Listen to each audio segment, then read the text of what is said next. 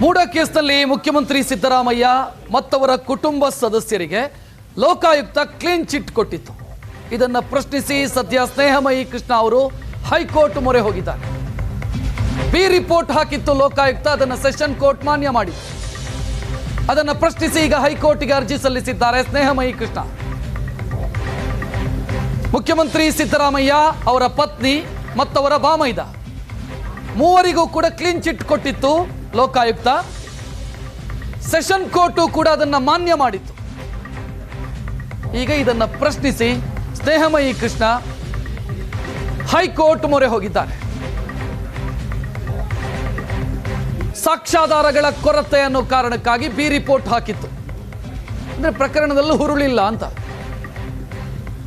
CM ವಿರುದ್ಧ ಕೇಳಿ ಬಂದಿರುವಂತಹ ಆರೋಪಕ್ಕೆ ಸಿಎಂ, ಅವರ ಪತ್ನಿ, ಬಾಮೈದ ಮತ್ತು ಸೈಟ್ ಅನ್ನ ಮಾರಾಟ ಮಾಡಿದಂಥ ವ್ಯಕ್ತಿ, ಈ 4 ಜನರ ಪಾತ್ರದ ಬಗ್ಗೆ ಸಾಕ್ಷ್ಯಗಳಿಲ್ಲ ಅನ್ನೋ ಕಾರಣಕ್ಕಾಗಿ ಮತ್ತು ಕೇಸ್ನಲ್ಲಿ ಹುರುಳಿಲ್ಲ ಅಂತ ಬಿ ರಿಪೋರ್ಟ್ ಹಾಕಿತ್ತು ಲೋಕಾಯುಕ್ತ.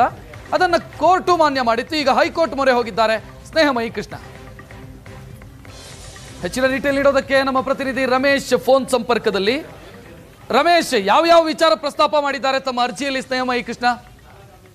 ರಕ್ಷಿತ್, ಅಂದ್ರೆ ಮೈಸೂರಿನ ವಿಜಯನಗರ ಬಡಾವಣೆಯಲ್ಲಿ 14 ಸೈಟ್ಗಳನ್ನ ಸಿಎಂ ಸಿದ್ದರಾಮಯ್ಯ ಅವರ ಪತ್ನಿ ಪಾರ್ವತಿ ಅವರಿಗೆ ಕೊಟ್ಟು ವಿಚಾರ ಸಂಬಂಧಪಟ್ಟಂತೆ ಸಾಕಷ್ಟು ಹೋರಾಟವನ್ನು ನಡೆಸ್ತಾ ಇದ್ದಾರೆ ಸ್ನೇಹಮಯಿ ಕೃಷ್ಣ ಅವರು. ಇವರು ರಾಜ್ಯಪಾಲರಿಂದ ಅನುಮತಿಯನ್ನು ಪಡ್ಕೊಂಡು ಆದ ನಂತರ ಜನಪ್ರತಿನಿಧಿಗಳ ನ್ಯಾಯಾಲಯದಲ್ಲಿ ಒಂದು PCR ದಾಖಲು ಮಾಡಿ FIR ದಾಖಲಾಗುತ್ತೆ. ಅದಾದ ನಂತರ ತನಿಖೆಯನ್ನು ಮಾಡಿ ಸುಮಾರು 6 ತಿಂಗಳ ಕಾಲ ತನಿಖೆ ಮಾಡಿದಂತ ಮೈಸೂರು ಲೋಕಾಯುಕ್ತ ಪೊಲೀಸರು ಯಾವ ಆರೋಪವನ್ನ ಮಾಡ್ತಾ ಇದ್ದಾರೆ, ಸಿದ್ದರಾಮಯ್ಯ ಅವರಾಗ್ಲಿ, ಅವ್ರ ಪತ್ನಿ, ಬಾಮೈದ ಮತ್ತೆ ಜಮೀನು ಮಾಲೀಕನ ವಿರುದ್ಧ ಆರೋಪನ ಏನ್ ಮಾಡಿದ್ರೆ, ಆರೋಪಕ್ಕೆ ಪೂರಕವಾದ ಯಾವುದೇ ಸಾಕ್ಷ್ಯಾಧಾರಗಳು ಇಲ್ಲ, ಇಲ್ಲಿ ಯಾವುದೇ ರೀತಿಯಾದ ಕಾನೂನು ಬಾಹಿರ ಕೃತ್ಯಗಳು ನಡೆದಿಲ್ಲ ಅನ್ನುವಂಥದ್ದನ್ನ ಸಲ್ಲಿಸಿದ್ರು. ಅದಕ್ಕೆ ಸಂಬಂಧಪಟ್ಟಂತೆ ಏನೋ ಸೆಷನ್ಸ್ ಕೋರ್ಟ್ ನಲ್ಲಿ ಜನಪ್ರತಿನಿಧಿಗಳ ವಿಶೇಷ ನ್ಯಾಯಾಲಯದಲ್ಲಿ ಸ್ನೇಹಮಯಿ ಕೃಷ್ಣ ಅವರು ಒಂದು ತಕರಾರು ಅರ್ಜಿಯನ್ನು ಸಲ್ಲಿಸಿ ಅಲ್ಲಿ ಸಾಕಷ್ಟು ವಾದವನ್ನ ಮಾಡಿದ್ದಾರೆ.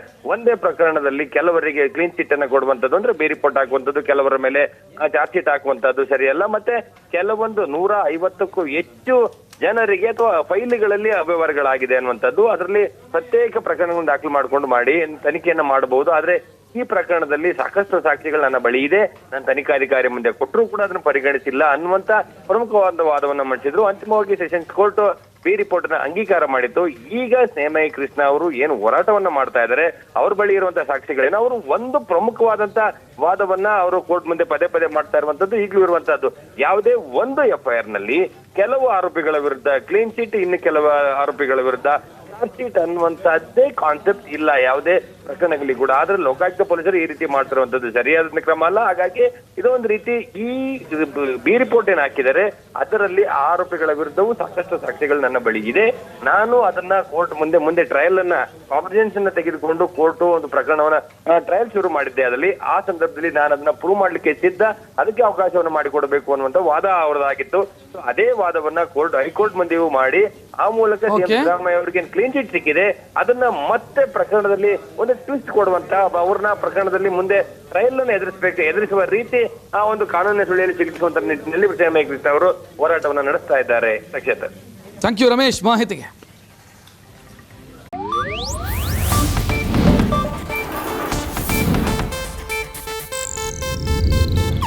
ಇದು ಏಷ್ಯಾನೆಟ್ ನ್ಯೂಸ್ ನೆಟ್ವರ್ಕ್ ಪ್ರಸ್ತುತಿ.